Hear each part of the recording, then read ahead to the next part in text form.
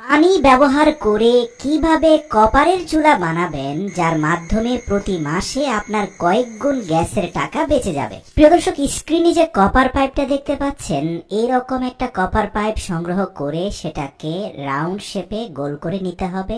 মনে রাখবেন, কপার পাইপের অগ্রভাগটা আপনাকে ব্লক করে দিতে হবে যেন সেখান দিয়ে কোনো গ্যাস বের হয়ে না যায়। এরপরে পুরো পাইপটাকে 3 বার মুড়িয়ে নিয়ে যে কোনো একটা পাশে প্রতিটা রাউন্ড সার্কেলের মধ্যে 4টা করে হোল করতে হবে। সুতরাং 3টা সার্কেলে 12টা হোল হয়ে গেলে আপনাকে এই কপার পাইপটা স্থাপন করার জন্য একটা পাতলা কাঠের উপরে 4টা ক্লাম অ্যাডজাস্ট করতে হবে। প্রিয় দর্শক, স্ক্রিনে আপনারা যে ক্লামগুলোকে দেখতে পাচ্ছেন সেগুলোকে আমরা স্ক্রুর সাহায্যে কাঠের মধ্যে শক্তপোক্তভাবে লাগিয়ে দিচ্ছি। আর এই দুটো ক্লাম লাগানোর পরে অপোজিশনেও আরো দুটো ক্লাম লাগানো হয়েছে এবং এই ক্লামগুলোর মিডল পার্টে নাট সহ একটা বোল্টকে এমন ভাবে লাগানো হয়েছে যার অগ্রভাগটা ভেতরের দিকে বের হয়ে আছে। মূলত এই 4টা ক্লামের 4টা স্ক্রুর মাথায় আপনাকে কপারের পাইপটা স্থাপন করতে হবে। এবার আসুন ভিডিওতে দেখানো দুটো প্লাস্টিকের বক্স নিয়ে নিন, যেগুলোকে খুব শক্তভাবে আটকে দেওয়া যায়।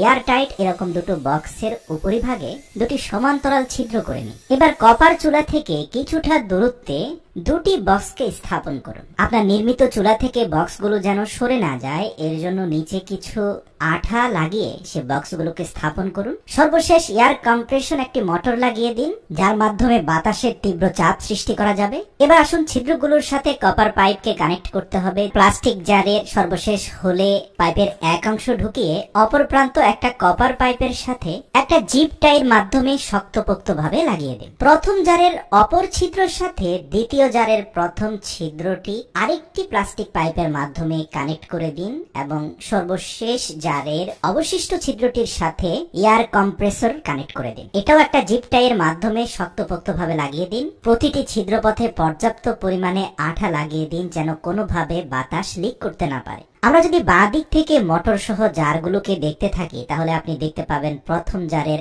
একটা পাইপ কানেক্ট রয়েছে মোটরের সাথে, দ্বিতীয় পাইপটা কানেক্ট রয়েছে প্রথম জারের সাথে, প্রথম জারের অপর পাইপটা কানেক্ট রয়েছে কপার পাইপের সাথে। এবার আসুন এই মোটরটাকে একটা ব্যাটারির সাথে কানেক্ট করাতে আমরা প্লাস মাইনাস তারগুলোকে সংযুক্ত করে দিই। পাওয়ার সোর্স হিসাবে একটা ব্যাটারি কানেক্টরও সংযুক্ত করে দেওয়া হয়েছে। এবার আসুন সর্বপ্রথম জারে আমরা 1 গ্লাস পরিমাণ বিশুদ্ধ পানি ঢালবো। তারপরে খুব মজবুত ভাবে এয়ারটাইট ঢাকনাটি লাগিয়ে দিয়ে দ্বিতীয় জারের মধ্যে আমরা 1 গ্লাস পরিমাণ পেট্রোল ঢালবো। ভাবতে পারেন পেট্রোল খরচ হবে? না প্রিয় দর্শক, মূলত পানি থেকে সৃষ্ট বাতাসের মাধ্যমে এই চুলাটা জ্বলবে। তো কিভাবে চলবে দেখুন, আমরা ব্যাটারিটা কানেক্ট করা মাত্রই যখন থেকে মোটরটা ঘুরতে আরম্ভ করলো, এয়ার প্রেসার ক্রিয়েট হলো পেট্রোলের মধ্যে। পেট্রোলের বক্স থেকে বের হওয়া বাতাস গিয়ে চাপ দিল পানির বক্সে। পানির জার থেকে বের হওয়া বাতাস, যার মধ্যে 90% পানি আর 10% পেট্রোলের জ্বলিত উপাদান মিলে একটা তীব্র আগুনের স্ফুলিঙ্গ বের হচ্ছে। তো সাধারণ গ্যাসের চুলার সাথে এই চুলার পার্থক্যটা কি? এই চুলায় আপনি মাত্র